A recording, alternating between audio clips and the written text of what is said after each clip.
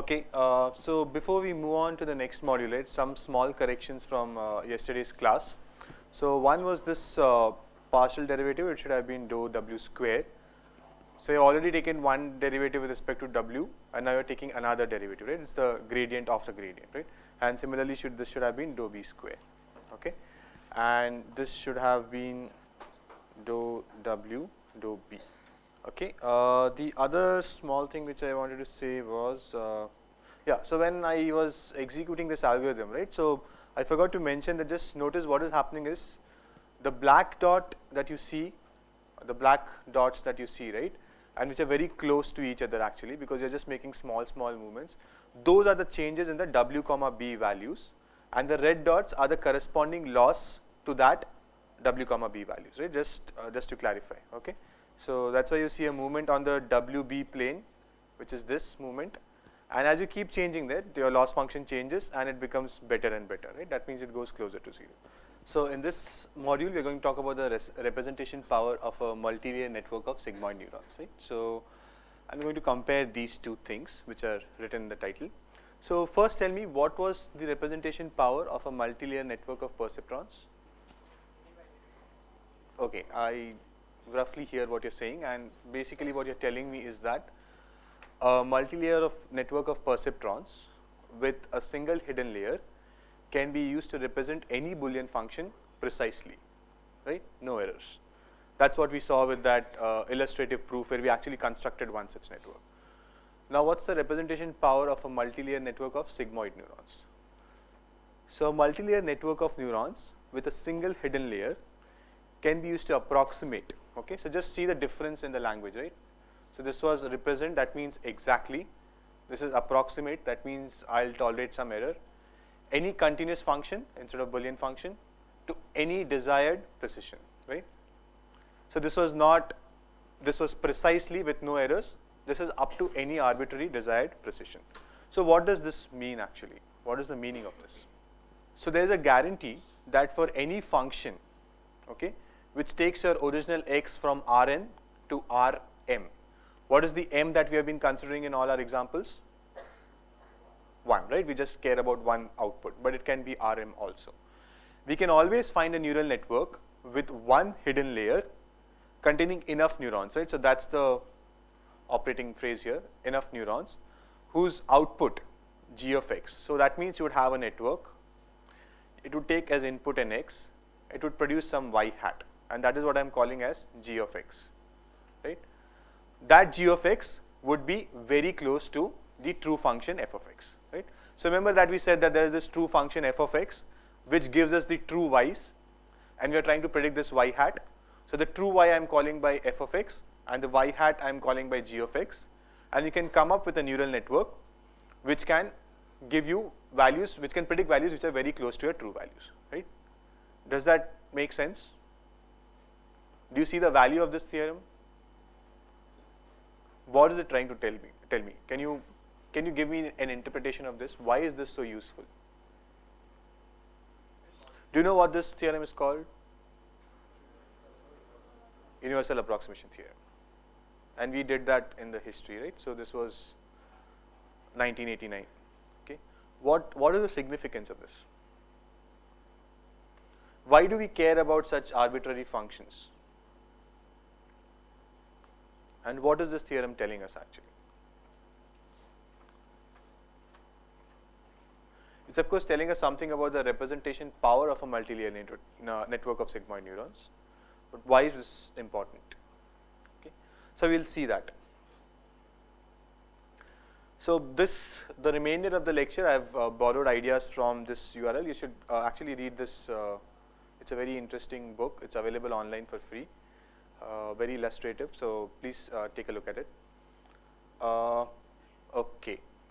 So now actually what we are interested in is we are interested in knowing whether a network of neurons can be used to represent any arbitrary function like the one shown in the figure. Okay, so let me put some labels on this so they understand what I'm trying to say. Suppose this is salinity.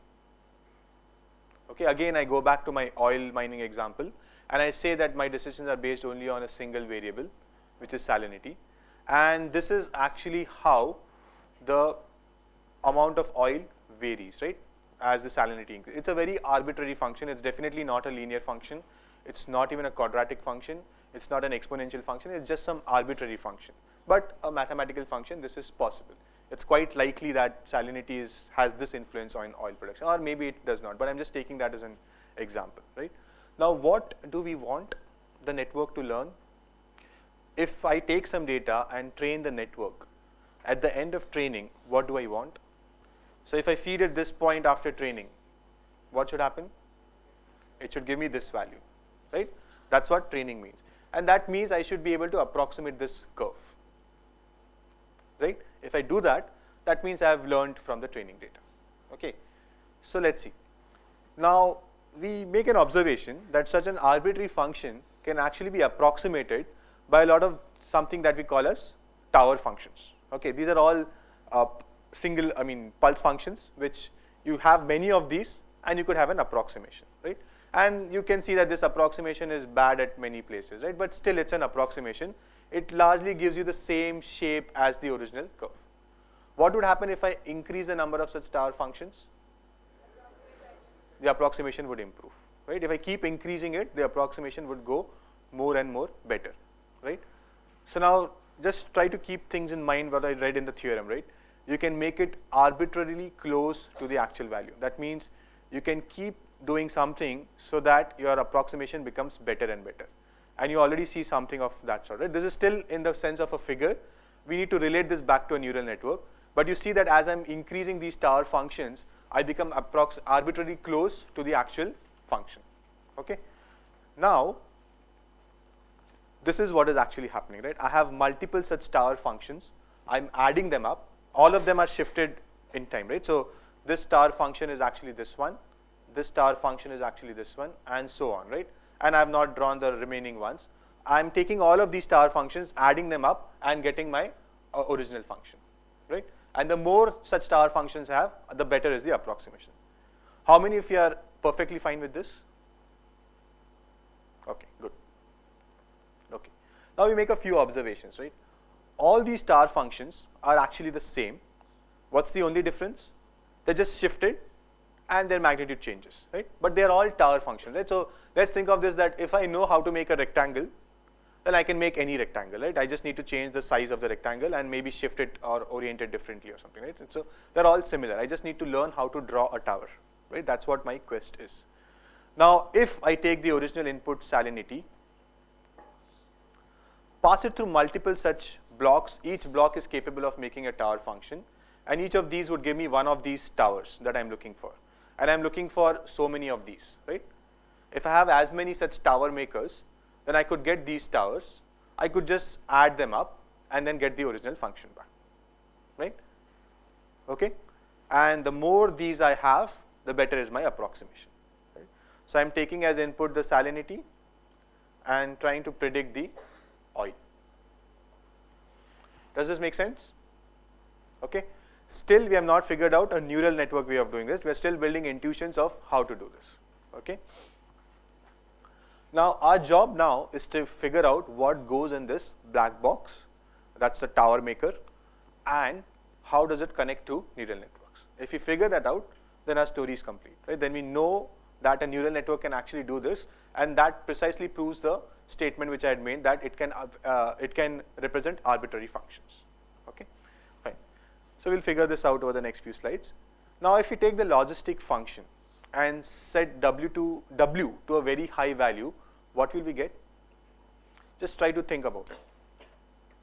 So the answer is already written, but I want you to imagine it. W covers what? The slope, right? As I make W very high, what will happen is, I'll get the, so let's try changing the value of W, okay? I'll just increase the value of W and see what happens to the sigmoid curve. Oh, there's some error here. Actually, there's some problem here. The W value should have increased, and that's how the sigmoid slope increases, not the B value. The B value comes later on.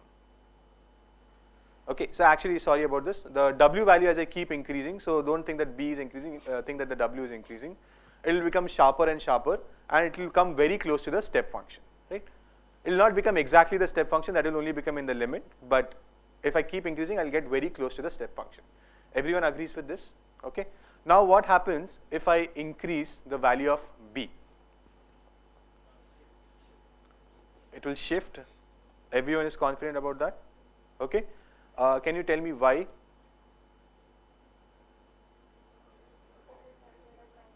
What will shift actually? The point at which the transition happens, right? So what is this point actually? This is the point at which I get that half value, right? And let's look at our function. This is our function. When will I get that half value?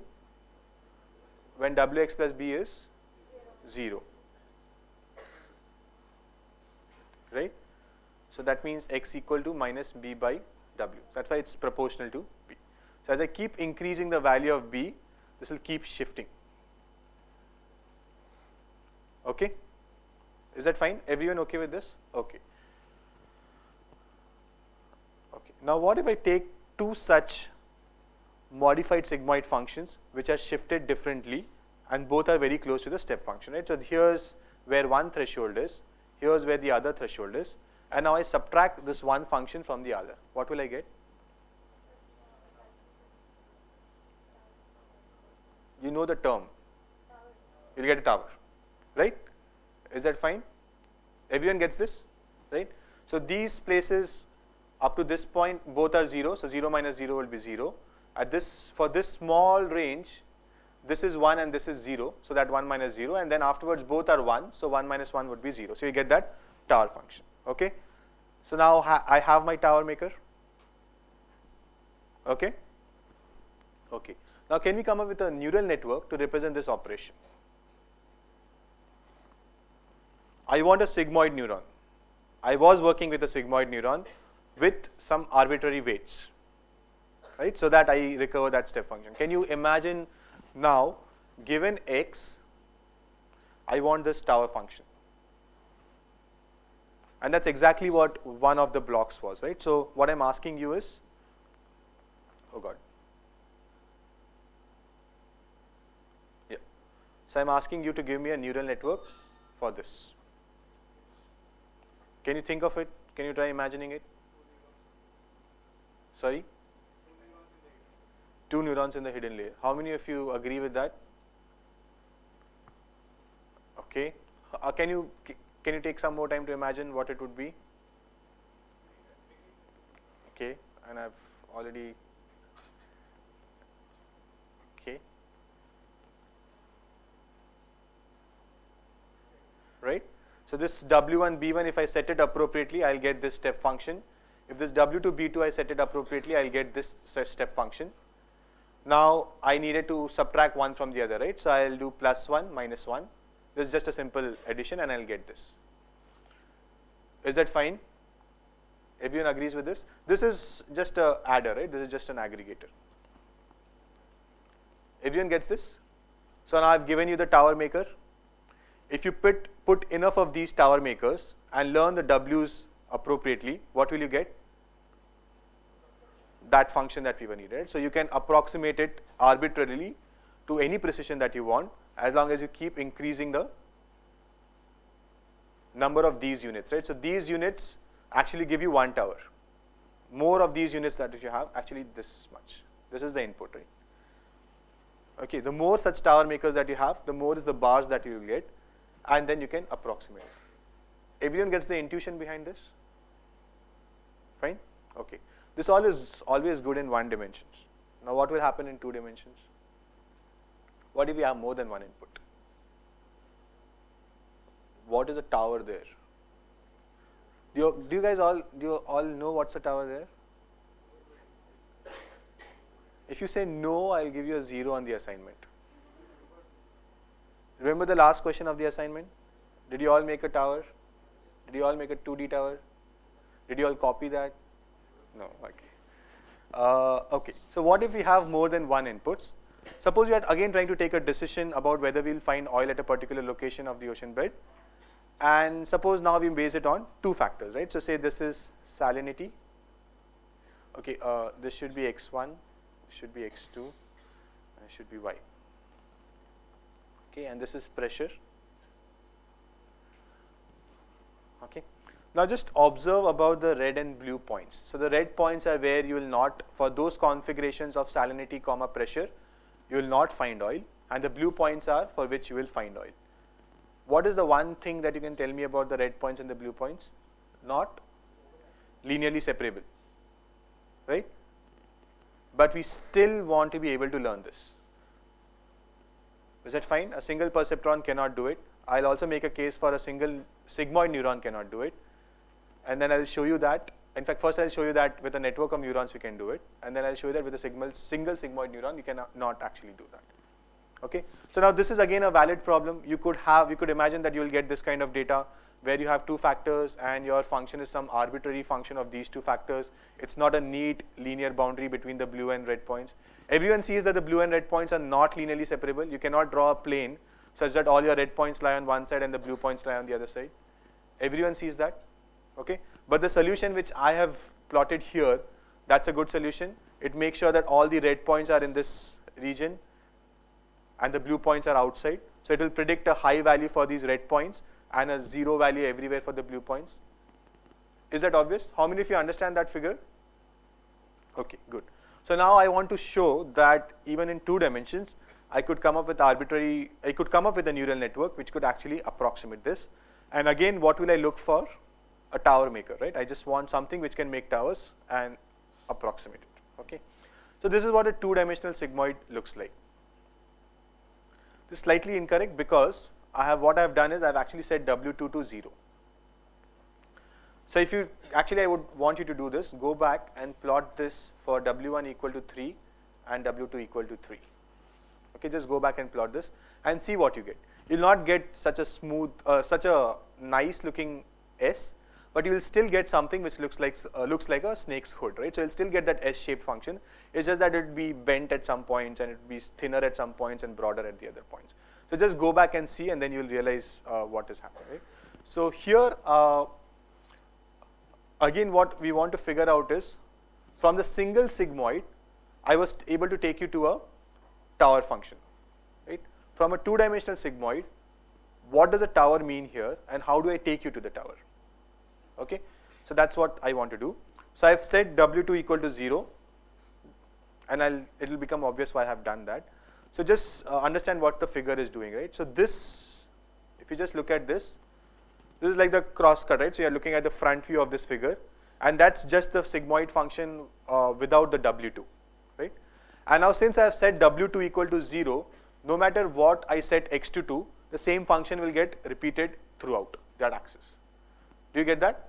So that's why this entire function is just getting repeated throughout this axis, and then you just get a similar S-shaped function. Everyone gets that? How many of you don't get that? How many of you get that? Okay. So this, if you look at the front view, this is the sigmoid of one variable. But since I have set W2 to 0, no matter what I change x2 to, the function is going to remain the same. So it will just get copied throughout the x2 axis. Is that okay? Fine with you? Okay. Now, what will happen if I increase W1? Same thing, right? It will just keep shifting till it becomes almost like a 2D step function. Okay. Now, what will happen if I increase B? Shift. I can do the same thing here also. Same logic applies here also. Okay. Now, what is the next step that I'm going to do? Take 2 of these which are shifted by some point and then subtract. What will I get? Everyone had this figure in mind? So just see, right? So this portion, both are 0. So 0 minus 0 would be 0. This portion, this is 1, but this is 0. So that would be 1 minus 0. And again, in this portion, both of them are 1. So 1 minus 1 would be 0. So you'll get this kind of function. Would you like to live in such a tower? I'm very serious. Yes or no? No. Why? It's open from 2 sides, right? You can't live in this tower. So you want something which is a closed tower, right? So how will you do that? Give me an intuition. We'll do the reverse thing. What will we set to 0? W1, okay? And this is how it would look. The orientation would change. And again, so notice that this is your sigmoid function. And since I have set x1 to 0, no matter what I change along the x1 axis, the same function gets copied and you get a nice looking sigmoid function. Okay. Now again, I'll do the same thing. I'll increase the W. I'll get close to a step function. I'll increase the B. I'll move along this axis. Next step, take two of these, subtract, get what?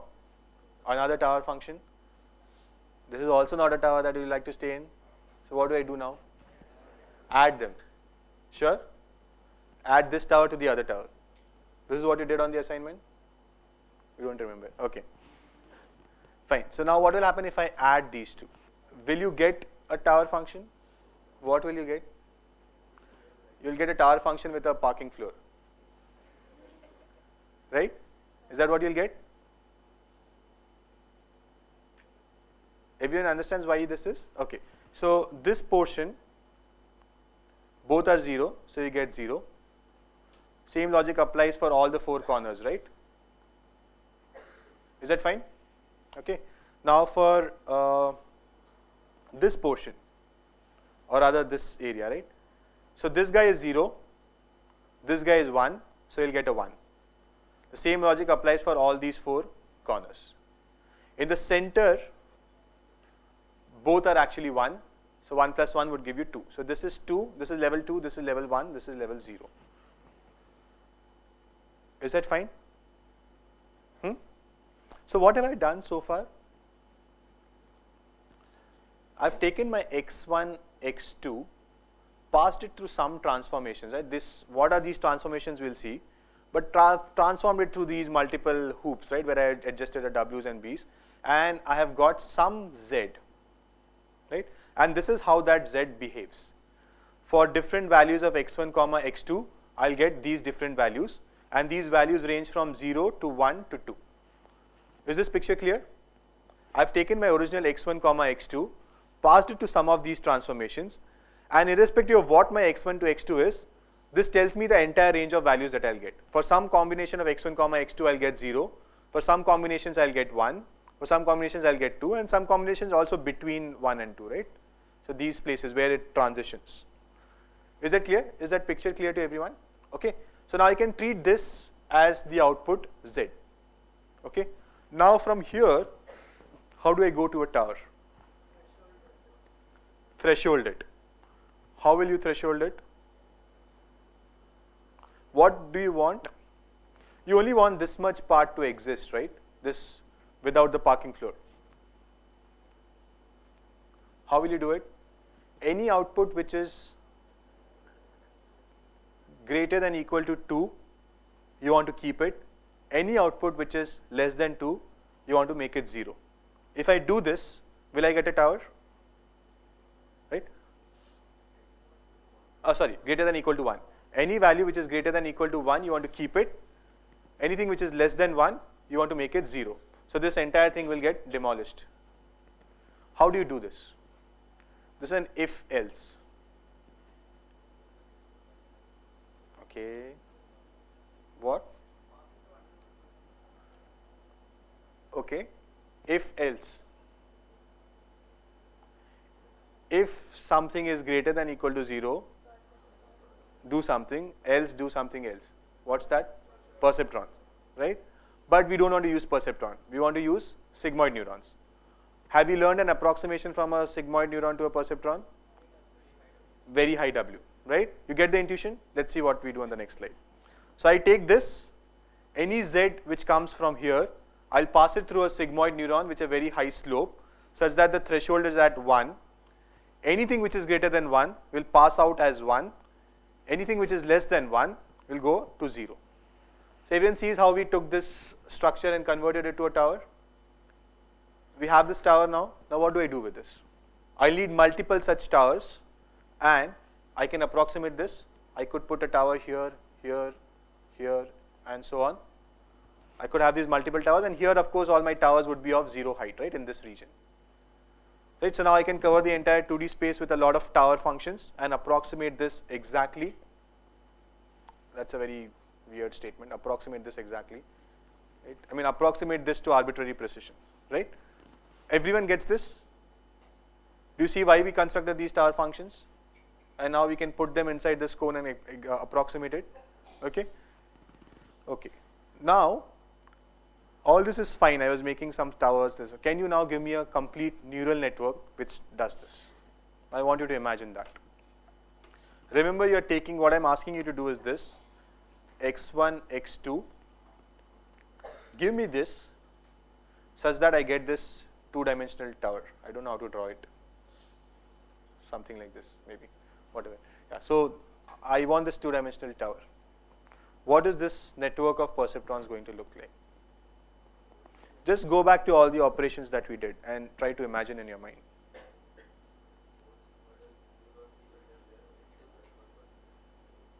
No, we'll not use perceptron because we can always use a sigmoid neuron instead of a perceptron with a high W. I don't expect you to answer this. I just want you to imagine this, right? Just try with a, there's something known as a pen, there's something known as a paper. Okay, so here's the solution, right? So what's happening here? You have this salinity and, oh, actually this is slightly wrong. I don't know why you guys are saying it's correct. Actually, at both places I need both the inputs. It's just that in one case I don't care about that input because I've set W2 to 0. So I learn these weights W1, W2, B, W1, W2, B. Of course, here the network should learn that W2 is equal to 0, right? And then it will get this one tower. Gunit, this needs to be modified. This figure is incorrect. So we need x1, x2 both as inputs. And we need to label it with W1, W2 equal to 0 and B, and so on, right? So we'll discuss this later. Anyways, but you get the idea, right? That you take these two inputs, make one tower, take the inputs again, make another tower, add them up to get this function, pass it through this step neuron function, step sigmoid function, so that you get the tower. So this is one block. You'll have many such blocks, each of which will learn different W's and B's so that they get shifted. And then you'll place them all together. You'll have an aggregator on top of this, which will combine them. Just a minute. How many of you get this? Okay, good. Yes, so that's a good question. I'm going to come to that, right? So I have very conveniently given you a solution where I have, what is the bad thing that I've done? I've hand-coded these things, right? I've hand-coded W1s, W2s, and Bs. Is that fine in practice? No. I mean, that's where we started off, right? We don't want to hand-code these. Right? So now you know a learning algorithm for a single sigmoid neuron. Now what you have is a network of neurons. Right? For this network of neurons, I need to give you a learning algorithm driven by the objective function that whatever output it gives would be very close to that arbitrary function that you're trying to model. If I give you a learning algorithm, then you would be convinced that if this has to be minimized and the weight configuration which it needs to arrive at as W2 is equal to 0, then the algorithm should be able to do that, right?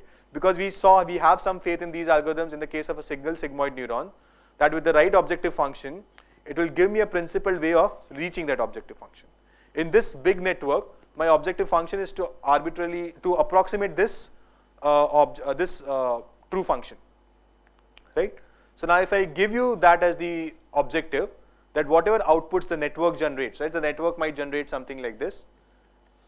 So that has to be very close to the true output. That's the objective function that I'm going to use in that learning algorithm. And if that learning algorithm works, which we'll prove, then you should be able to arrive at the necessary weights to make this approximation. Right? Is that clear? And in fact, you might not even have to do these multiple towers in practice. All I'm trying to prove is that there's one solution which exists. Right? If there's one solution which exists, I can say that, okay, the network can learn that. That's the only claim I'm making. I'm not saying this is the only solution. Right? Same as in the case of the Boolean functions, where I said that one solution exists where you have 2 raised to n neurons in the hidden layer. That was a sufficient solution. That was not a necessary solution. For the AND function, we were actually able to do it with a single sigmoid neuron. Right? So just keep that in mind. I'm just giving you a sufficient solution. Right? And the network could actually learn something better than this also. Right? This is again a very bulky solution. Why? It scales with the number of neurons is proportional to number of input variables that you have, right? So that's okay for a sufficient solution, but you would want something better than that, right? All I'm trying to say is that it can approximate. I'm just telling you the representation power. And just as we had the catch there, that the hidden layer is very large, the same catch applies here also. Is this story clear to everyone? Right? So I've given you a solution. I've not told you how to learn the weights. I've given you a network. Now later on we'll discuss a learning algorithm for this network, and we'll have some confidence that given a particular objective function, that learning algorithm can strive to go to minimum error or minimize the quantity of that objective function. Okay, that's going to come in 2 lectures from now. Is that fine? Okay. And that was for the tower function. Now I could have actually directly done this, right? So I wanted to approximate these functions. So I could have placed a lot of these kind of things here and approximated it, right? So that instead of that very high slope sigmoid function, I could just use a normal sigmoid function also. Okay? And again, there's an error here, but I hope you get the picture, right? It's just that you feed both the inputs to them. Okay. So for one-dimensional input, we needed 2 neurons to construct a tower.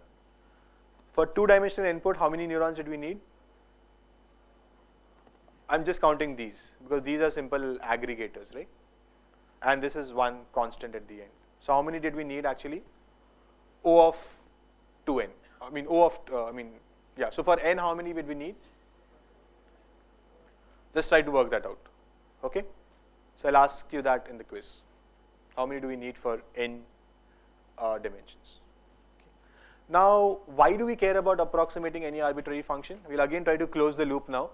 We saw that we can approximate any arbitrary function, but now again I want to come back to the point, why do we want to do this? And can we tie this back to the classification problem that we were dealing with, right? And this is the data which I had given you, which was there were some points, some values of x and y, sorry, this should be x1 and x2, right? Where this is pressure and salinity or salinity and density, and this is the output, which is oil. Okay. Now this is what the function actually looks like. Now what would have happened if I had used a single sigmoid neuron to try to approximate this function, to try to represent this function? And sigmoid neuron in 2 dimensions, right? So the 2-dimensional sigmoid. What would have happened? Can you give me one solution for this? Remember earlier I had said that perceptron cannot handle data which is not linearly separable, but then I anyways used it for data which was not linearly separable, and we got some line such that we got some errors. The red points and the blue points were not clearly separated.